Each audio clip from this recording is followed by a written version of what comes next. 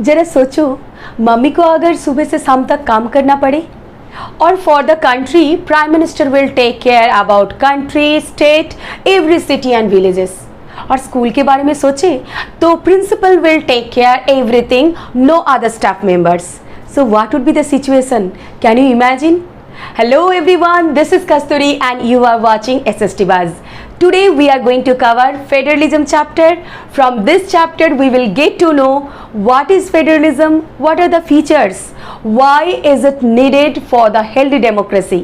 So without wasting time, let's start. According to chapter's requirements, first we are going to know about what is federalism. Federalism is a system of government in which power is divided into different unit. अब हम जानेंगे कि federalism के just opposite में क्या है unitary government. Unitary government में क्या है, जो क्या है ना, only one level of government is there and all the power is centralised into that level of government. ठीक है, so federalism is just opposite to unitary form of government. Now हम जानेंगे all this features. First, it is given two and more level of government. Definitely here more than one level of government is there and power को distribute किया जा रहा है। Now the second one, each tyre has their own jurisdiction. तो हर एक level का, वो central government क्यों ना हो, स्टेट गवर्नमेंट क्यों ना हो, लोकल गवर्नमेंट क्यों ना हो, सारे एक एक लेवल का अपना अपना जुरिस्डिक्शन है। जुरिस्डिक्शन क्या है? The power to take legal decisions. तो वो किसको दिया गया है? कोर्ट को। तो सेंट्रल लेवल के लिए सुप्रीम कोर्ट, स्टेट के लिए high court, even local level के लिए डिस्ट्रिक्ट कोर्ट और सबऑर्डिनेट कोर्ट्स, है ना। तो ये जो डिसीजन लिया गया है, तो किसका एरिया कहाँ तक, कौन सा कोर्ट का एरिया कहाँ तक, that is actually written in constitution, ताकि central government, state government as well as local government में कॉन्फ्लिक्ट ना हो। Now next point is there, court have power to interpret the constitution. Constitution को अनुवाद करने के लिए जो कोर्ट का ही है ना, कोर्ट को पावर दिया गया है। अब source of revenue. Source of revenue क्या है ना, जो अपना अपना लेवल ऑफ गवर्नमेंट का, तो वो अपना फाइनेंशियल ऑटोनॉमी है। जैसे कि घर में अपना पापा फैमिली संभाल लेते हैं, चाचू को इनकम के हिसाब से चाचू अपना जो एक्सपेंडिचर है वो संभाल लेते हैं। Isn't like that here also central government के पास जितना रेवेन्यू आता है वो on that basis they are thinking about the development. State के पास जितना रेवेन्यू कलेक्ट होता है वो स्टेट सोचते हैं कि वो कौन से एरिया में कितना पैसा खर्च करने वाले हैं। तो वो अपना फाइनेंशियल ऑटोनॉमी है, उसमें सेंट्रल गवर्नमेंट नहीं बोल सकते हैं कि इतना पैसा मत खर्चा करो। ठीक है, तो चाचू जब खर्चा करेंगे पापा नहीं बोल सकते क्यों खर्चा कर रहे हो, और पापा जब खर्चा कर रहे हैं तब चाचू नहीं बोल सकते कि नहीं ये ऐसा मत करो। तो अपना अपना इनकम, अपने अपने एक्सपेंडिचर, तो ऐसे भी तो अपना अपना ऑटोनॉमी है central, state and local level का। Now next point is there to safeguard and promote unity of the country. अब ये फेडरलिज्म क्यों किया गया है? क्योंकि सबके फीलिंग्स को ख्याल रखते हुए, सबका रिक्वायरमेंट का ख्याल रखते हुए, तो फिर बाद में क्या ना, यूनिटी ऑफ द कंट्री के यूनिटी के बरकरार रखने के लिए, सो दैट्स वाई फेडरलिज्म अपनाया गया है। क्योंकि अगर एक जगह में, एक लेवल में पावर अगर सेंट्रलाइज है तो definitely it would be reason of conflict. तो अगर वो हिस्से में बांट दिया जाए तो फिर definitely they are going to take care at their level.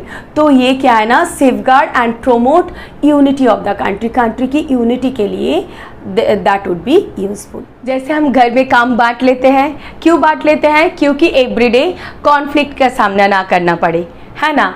So that's Y ये काम तेरा है, ये काम मेरी है, like that we are going to distribute. Like that India as a federal country, तो वो कैसे हम प्रूफ करें? क्योंकि डिफरेंट सब्जेक्ट के हिसाब से वो अपने अपने डिफरेंट एरिया में डिवाइड कर दिया गया। तो वो क्या क्या है? Union list that is taken care by the central government, state list that is taken care by the state, concurrent list that is taken care by both central as well as state, and residuary list, ये तीनों हिस्से में ये तीनों कुछ भी नहीं है, बट रेसिडुअरी लिस्ट में क्या है ना, that would be taken care by central. तो अब हम जानेंगे कि कौन से एरिया है, जैसे कि डिफेंस प्रॉब्लम, डिफेंस के ज़रूरत जम्मू कश्मीर में हो या तो तमिलनाडु, गुजरात में हो या अरुणाचल प्रदेश, तो वो कौन सा स्टेट के अंडर में जाए। So that's why defence had been taken care by central government. The same for banking, even foreign affairs also. तो इसलिए क्या है ना, this is because of the national interest. Now हम जाएंगे स्टेट लिस्ट पे। स्टेट लिस्ट पे देखो, पुलिस, ट्रेड, एग्रीकल्चर, इरिगेशन, ये सारे that would be variable according to state. वो कैसे, देखो एक स्टेट में अगर ज्वार बाजरा का कल्टीवेट हो रहा है तो दूसरे स्टेट का राइस, व्हीट, तो according to that irrigation pattern would be different also, even that revenue would be different also. So like that, that's why these subject had been taken care, these subjects are taken care by the state list. अब हम जाएंगे concurrent list, जहाँ पे क्या है ना, central and state both responsibility would be there, both means in together they are going to take care.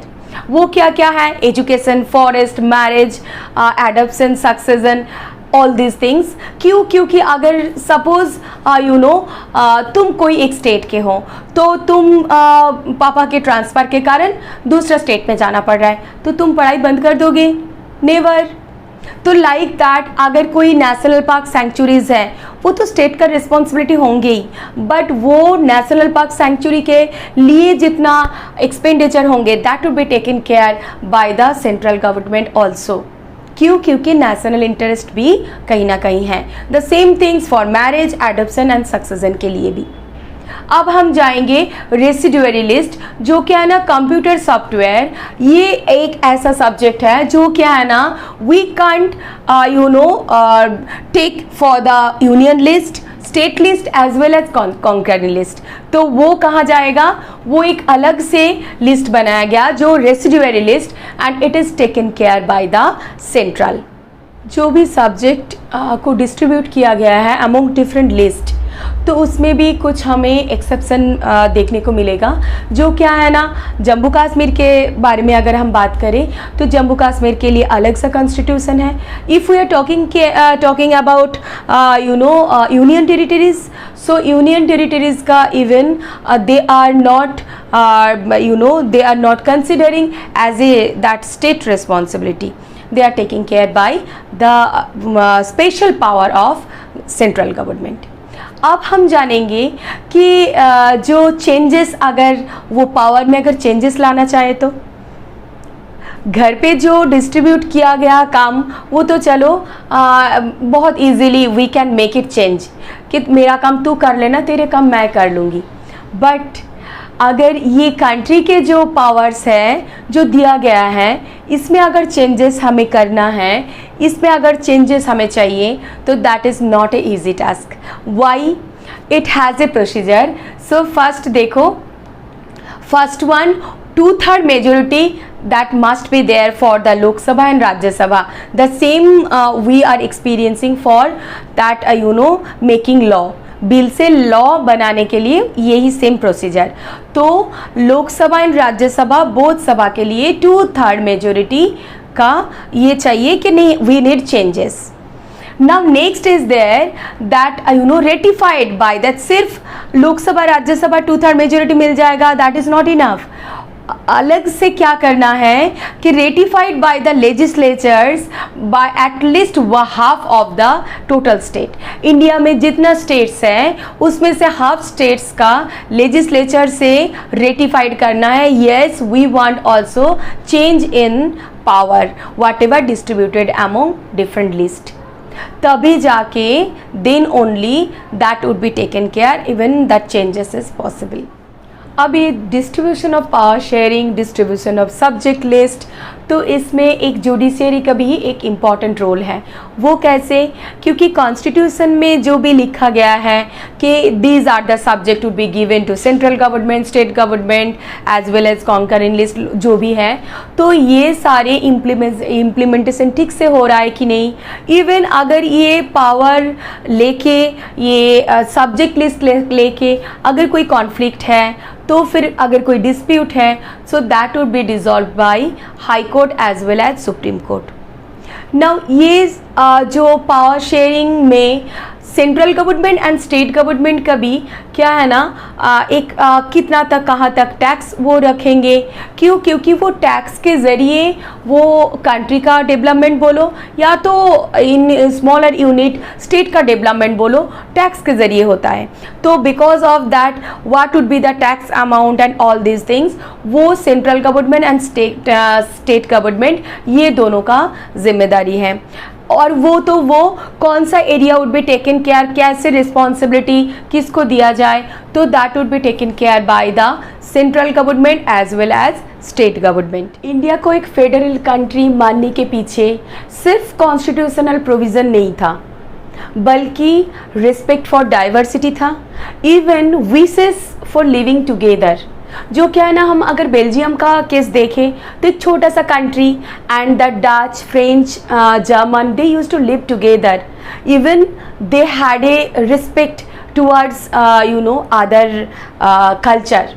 तो like that यहाँ पे भी दैट 1947 के बाद जो स्टेट डिवीज़न किया गया, तो that was a really difficult task for the constituent assembly member, even nationalist. तो वो कैसे कि किस बेस पे हम स्टेट को डिवाइड करें। तो first it was there linguistic base, कि जो सारे एक लैंग्वेज यूज़ करते हैं वो सब के लिए एक स्टेट, लैंग्वेज बेस पे स्टेट को डिवाइड करना। लेकिन वो तो हो गया, बट इसमें से कुछ स्टेट के बारे में अगर हम बोले तो these are the exception. Just like we can take example of Uttarakhand, Nagaland, Chhattisgarh. These are not only basis of language. These state divided because of their culture, ethnicity and geography. तो ये जब लैंग्वेज बेस पे state division हुआ, on that time few that nationalist they have told no, actually ये जो language के base पे state हम डिवाइड कर रहे हैं, that means it's a reason of disintegration. But फिर बाद में देखा गया है कि ये जो लैंग्वेज के बेस पे, आधार पे अगर हम स्टेट डिवाइड करते हैं, तो that would be easier for the administration. क्यों? क्योंकि एक ही बोलने वाले भाषा के लोग हैं, तो that would be easier for the administration part. तो ये रहा लिंग्विस्टिक स्टेट। फेडरलिज्म के रास्ते में language policy was the second adversity. वो कैसे? क्योंकि 1947 आफ्टर गेटिंग इंडिपेंडेंस कौन सा लैंग्वेज को ऑफिशियल लैंग्वेज बनाए? क्योंकि श्रीलंका में हमने देखा है कि सिंहला एज ए वो ऑफिशियल लैंग्वेज लेके कितना ज़्यादा chaotic situation was created like that. So for that Indian जो कॉन्स्टिट्यूएंट असेंबली मेंबर थे वो बहुत ज़्यादा कॉन्शियस थे। तो बिकॉज ऑफ दैट पहले क्या ना, हिंदी को ऑफिशियल लैंग्वेज के लिए आइडेंटिफाई किया गया। क्योंकि 40% people they speak in Hindi, but क्या है ना, if we are thinking about the south India, so they don't know about Hindi, so that's why Hindi was not considered as a official language. तो फिर क्या किया गया, हिंदी और साथ साथ में 21 लैंग्वेज को शेड्यूल लैंग्वेज के हिसाब से माना गया है। और क्या है ना, earlier English language was considered as a means for the official work, but वो भी बंद करवाया गया। 1965 तक वो कंटिन्यूटी था, फिर 1965 के बाद वो भी कंपलसरी नहीं है कि ऑफिशियल वर्क में इंग्लिश मस्ट बी देयर। और इसके लिए क्या प्रॉब्लम हो रहा है पता है? I must share one things. जो बच्चे एक स्टेट का है और सिर्फ स्टेट लैंग्वेज, अपना एक स्टेट लैंग्वेज से अपना बर्थ सर्टिफिकेट बन जाता है, फिर वो बच्चा जब दूसरे स्टेट में जाते हैं एजुकेशन के लिए, या तो फिर पापा का ट्रांसफ़र हो गया, फिर he needs to take admission over there, तो वहाँ पे ये बर्थ सर्टिफिकेट कुछ काम का नहीं है। क्यों? क्योंकि language, because of language difference. तो नाम, क्या नाम लिखा है, क्या पापा का नाम लिखा है, इट्स वेरी डिफिकल्ट टू। तो इसके लिए बर्थ सर्टिफिकेट के साथ साथ और भी दूसरा कुछ सबमिट करना पड़ता है उन लोगों के लिए। तो ये था एक adversity and that is I experienced in front of me that happens. तो ये था इंग्लिश 1965 तक ऑफिशियल वर्क के लिए यूज़ किया जाता था, फिर बाद में ये कंपलसरी नहीं किया गया।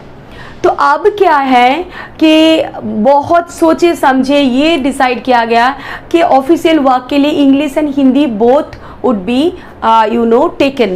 क्यों? क्योंकि for the betterment of the people, for flexibility of the people. तो भी क्या है ना, Indian government they are trying to promote Hindi language. क्यों promotes? In not like that कि जो हिंदी भाषी नहीं है उनको भी ज़बरदस्ती से हिंदी करवाया जाएगा, not like that. So that much flexibility must be there. तो ये रहा लैंग्वेज पॉलिसी। अब हम जानेंगे सेंटर स्टेट रिलेशंस।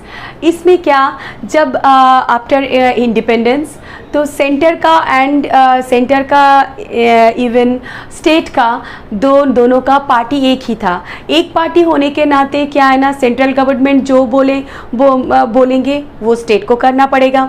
तो वो स्टेट का क्या, जो अपना ऑटोनोमस राइट था वो कामयाब नहीं हो पाता था। फिर बाद में जब सेंटर का अलग पार्टी, स्टेट का अलग पार्टी हो गया, तभी तो राइवल बन गए। तो सेंटर हमेशा चाहते थे कि स्टेट पार्टी के जो पावर है वो थोड़ा अंडरमाइन करे। तो इस तरह का सिचुएशन वाज क्रिएटेड। तो ये सिचुएशन क्या है ना, तो कई बार क्या है ना, कॉन्स्टिट्यूशन के ज़रिए सेंट्रल गवर्नमेंट वो अपना पावर भी मिसयूज़ करते थे। तो 1990 के बाद सिनेरियो कुछ चेंज हो गया। वो कैसे कि 1990 के बाद बहुत सारे छोटे छोटे regional party means was formed and because of that वो टाइम अगर लोकसभा इलेक्शन में कोई एक सिंगल पार्टी को अगर मेजोरिटी नहीं मिला, क्लियर मेजोरिटी नहीं मिला, तो फिर क्या है ना, उनको वो छोटे छोटे पार्टी का हेल्प लेना पड़ता था। तो वो छोटे छोटे पार्टी को एलाइज बना के, फ्रेंड बना के, तो वो एक वो क्लियर मेजोरिटी दिखा सकते हैं। तो ये that is known as coalition government. तो ये जो न्यू कॉन्सेप्ट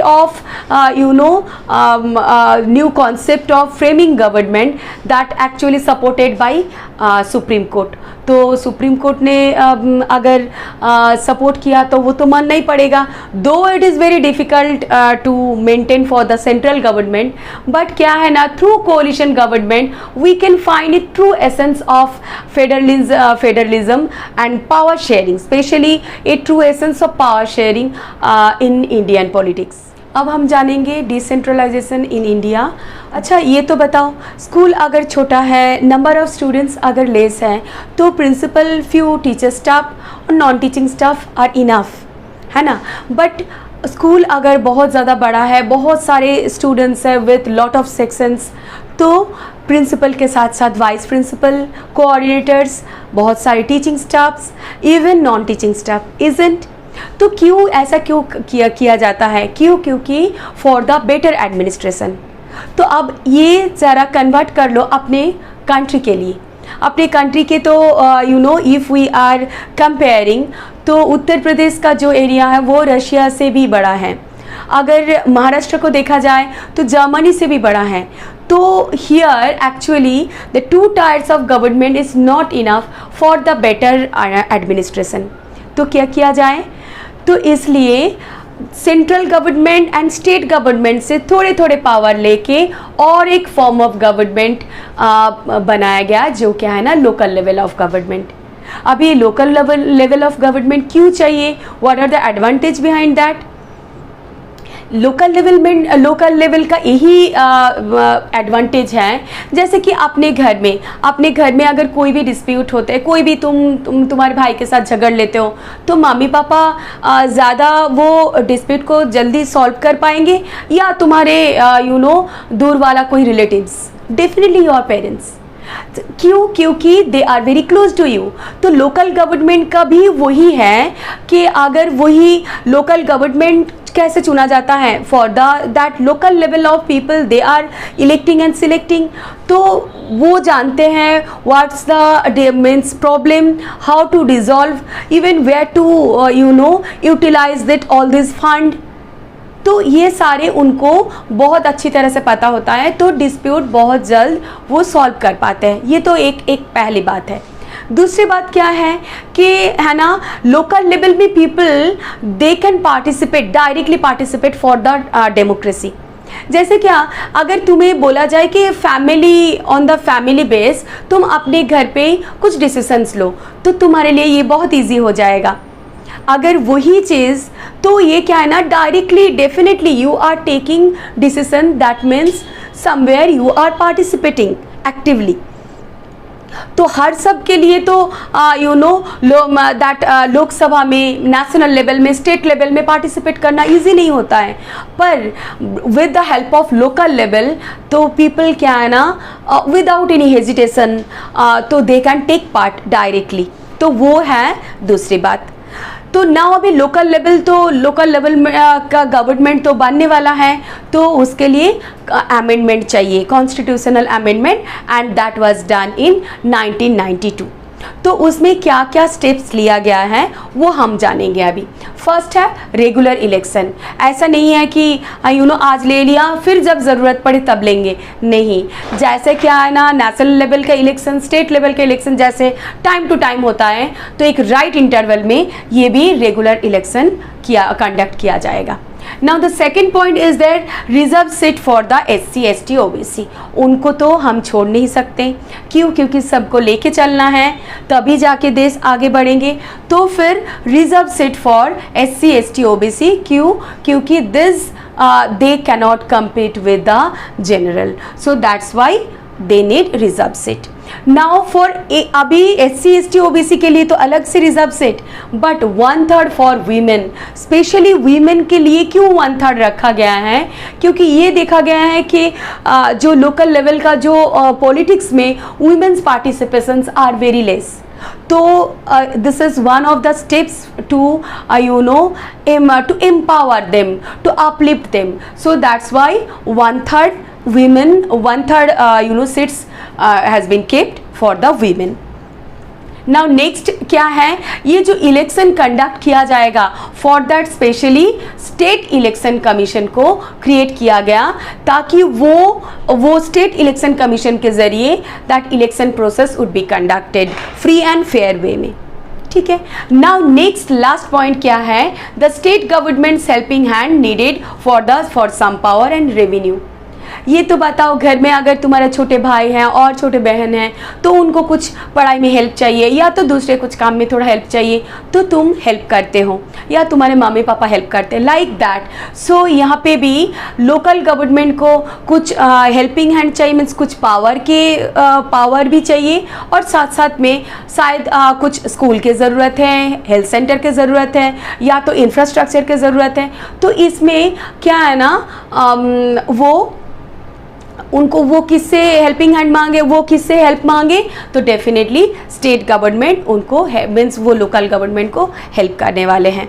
तो ये जो है ना, these are the amendment, it was taken care कि लोकल गवर्नमेंट ऐसे होना चाहिए, और these would be that steps would be taken for the betterment. चलो अब हम structure of local level of government के बारे में जान लेते हैं। तो ये विलेज एंड सिटी दो हिस्से में हमने डिवाइड कर लिया। तो विलेज में actually from the lower level if we are starting, तो यहाँ पे एक एक वार्ड में एक एक मेंबर है, जो क्या है ना पंच के हिसाब से जाना जाता है, और ये पंच में से एक हेड इलेक्ट होता है, जो क्या ना ही और she is known as sarpanch. तो ये ग्राम पंचायत के लेवल में ये सरपंच होता है। अभी ये ग्राम पंचायत सारी क्या है ना, they are supervised by the gram sabha. उसमें क्या ना मेंबर्स होते हैं, वो डिबेट एंड डिस्कशंस में आते हैं, ग्राम के लिए क्या चाहिए क्या नहीं चाहिए, कितना चाहिए, मीन्स कैसे that would be implemented, everything it is discussed bye them and it would be implemented. तो ये पंचायत समिति that is in block level, बहुत सारे मीन्स तो ग्राम पंचायत लेके एक gram panchayat samiti, and in the district level that is zila parishad and headed by parishad chairperson. ये हुई विलेज लेवल का structure. Now we will go for the city level structure. City level का structure, city को दो हिस्से में बांट लिया, जो क्या है ना बहुत, ये big cities small city it's depend on the basis of population. Okay, so big city that you know that is metropolitan city. If we are talking about Bombay, Chennai, Kolkata, so big city for that municipal corporation and taken care by mayor, and for the small city municipal council and taken care by that municipal chairperson. तो ये सारे जो divisions हैं and their motto and aim is only one thing, to take care about village and city, what exactly the requirement of village and city and how it would be implemented, how fund would be collected and how it would be channelized. So that is all about the structure of local government. I hope you have understood very clearly. If you have any doubts, queries, feel free to ask me. Thank you so much for watching. Tata, bye bye.